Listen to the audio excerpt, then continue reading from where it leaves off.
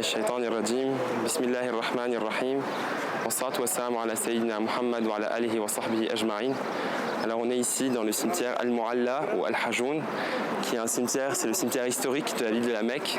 C'est déjà le cimetière de la ville de la Mecque avant l'islam, et on voit en fait que c'est un cimetière qui est situé au nord de la ville. On voit derrière nous, on voit les tours qui sont près du haram, et on voit en fait les tombes qui sont marquées chacune par quelques pierres, chacune avec une personne qui est enterrée.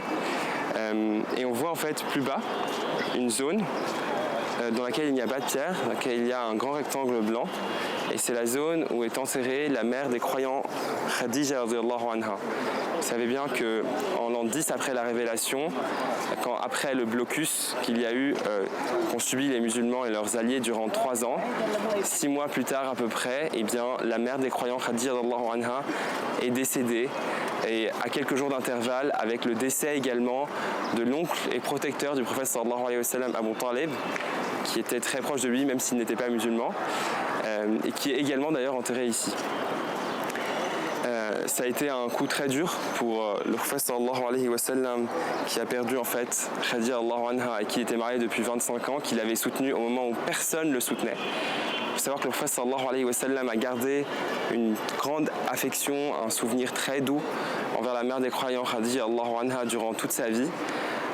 Et il a gardé cette loyauté, ce souvenir de Khadija, et il en parlait souvent.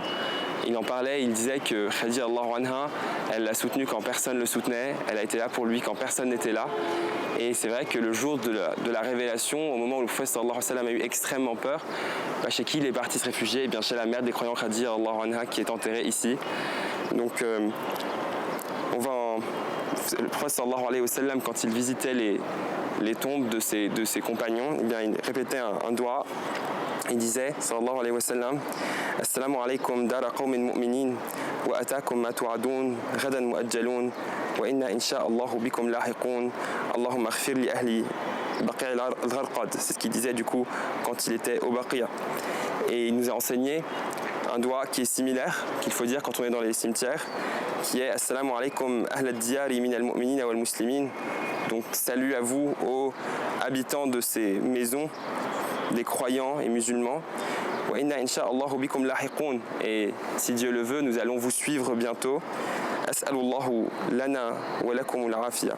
As'alullah lana wa lakumul afiya. Je demande à Dieu de nous préserver ainsi que vous. Et eh bien pendant cette visite, du coup, on repense à ce moment de grande difficulté pour le prophète sallallahu alayhi wa sallam et les compagnons durant l'année de la tristesse, et on fait le salam aux habitants de ce cimetière.